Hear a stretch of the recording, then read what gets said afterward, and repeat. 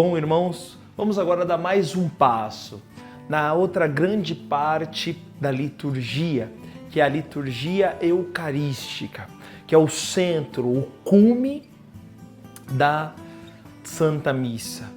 É o ponto ápice, é o momento que o Senhor ele vai ser sacrificado, vai ser apresentado como sacrifício, vai se dar por amor a nós, vai ser imolado ali sobre aquele altar, morto, mas ressuscitado, e vai se dar inteiro como alimento para cada um de nós. Nessa santa mesa, nesse santo sacrifício acontece o ápice. Tudo acontece ali, a paixão, a morte e a ressurreição de nosso Senhor Jesus Cristo, de uma forma incruenta, mas todo inteiro, da mesma maneira que Ele efetivamente, cruelmente se entregou ali fisicamente, naquela paixão, se dando na cruz e ressuscitando ao terceiro dia. É esse Cristo que vem até nós agora. Então vamos agora por partes, ver o que acontece nesse momento chamado liturgia da Eucaristia. Bom, primeira coisa, da mesma forma com que fez Jesus apresentando o pão e o vinho para serem consagrados, também vão ser apresentados nesta mesa o pão e o vinho, exatamente como fez Jesus.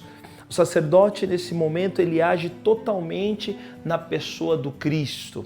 Uma coisa também importante, que eu acabei não falando anteriormente, é que o sacerdote, ele age na pessoa do Cristo Rei, profeta e sacerdote. Rei, quando ele está na sua cátedra, quando ele preside a Santa Eucaristia. Profeta, quando ele proclama a palavra, quando ele faz a homilia, quando ele lê o Santo Evangelho. E agora, Cristo sacerdote é nesse momento que ele oferece, ele age profundamente, intensamente na pessoa do Cristo. Então esse é o momento em que são apresentadas as oferendas, o pão e o vinho que serão consagrados no corpo e no sangue de Cristo.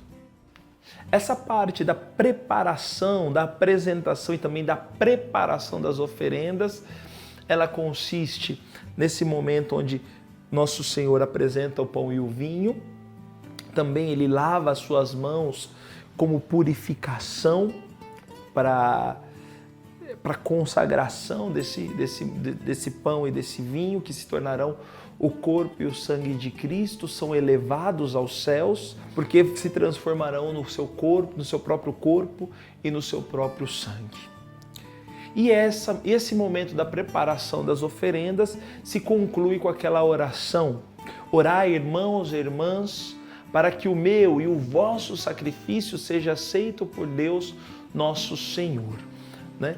O sacerdote que oferece o pão e o vinho e também se oferece em sacrifício, porque o Cristo, ali quando ele apresenta o pão e o vinho, ele se oferece, ele vai estar naquele pão e naquele vinho, e o sacerdote, agindo na pessoa do Cristo, também se oferece. Por isso que ele, como sacerdote, cabeça, se oferece, e também toda a Assembleia do povo de Deus, porque toda a Assembleia também é Cristo, sacerdote, rei e profeta. Por quê? Pelo batismo, todos nós também temos o nosso sacerdócio real, né? E esse sacerdócio também é apresentado, o sacerdote no Cristo cabeça, o Cristo que dirige, o Cristo que governa. E o povo de Deus também se oferece junto.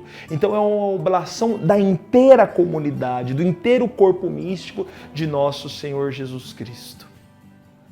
E logo em seguida se conclui com a oração das oferendas, se conclui esse momento que nós falamos aqui, que normalmente se coloca aqui oração sobre as oferendas, aqui no caso da festa da solenidade da Santíssima Trindade. Senhor nosso Deus, pela invocação do vosso nome, santificai as oferendas de vossos servos e servas, fazendo de nós uma oferenda perfeita.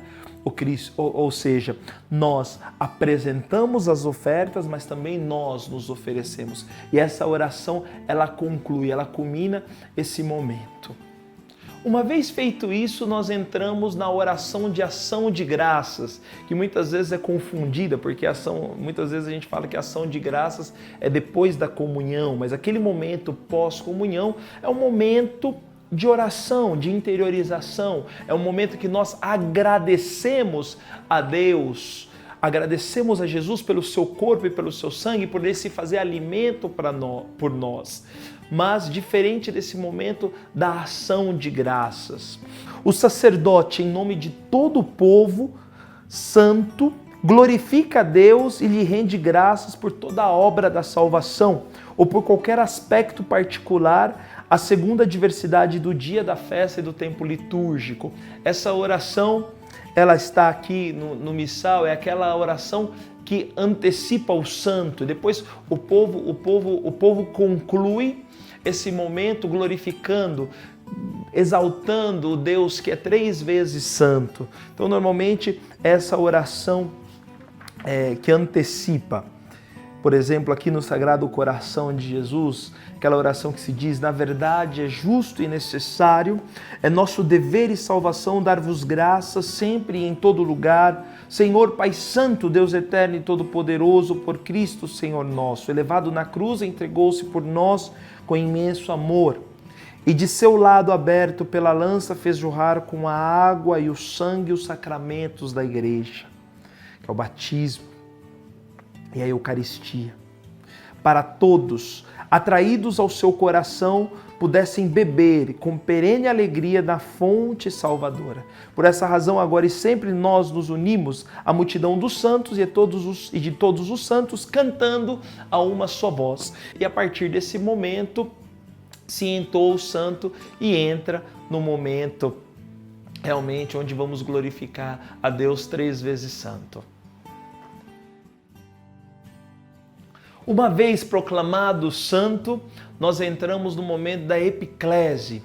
É um momento em que o sacerdote estende as mãos sobre as oferendas apresentadas sobre o altar, ou seja, o pão e o vinho, pedindo a potência do Espírito Santo, para que naquele momento se torne o corpo e o sangue de nosso Senhor Jesus Cristo. É o momento da invocação ao Espírito Santo. E a comunidade, ela é convocada a responder quando o padre ele invoca essa oração, respondendo: mandai vosso Espírito Santo, para que possamos ver bem. O padre ele vai falar, né? Normalmente a oração mais comum é a oração número 2, ou se for outra, mas sempre tem esse momento. Fala: na verdade, ó Pai, vós sois santo e fonte de toda a santidade.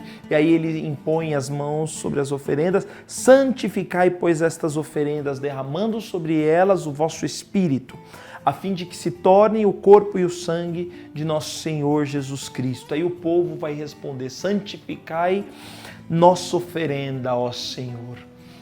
Essa é a oração do povo, o povo que clama, que pede para que o Espírito seja derramado.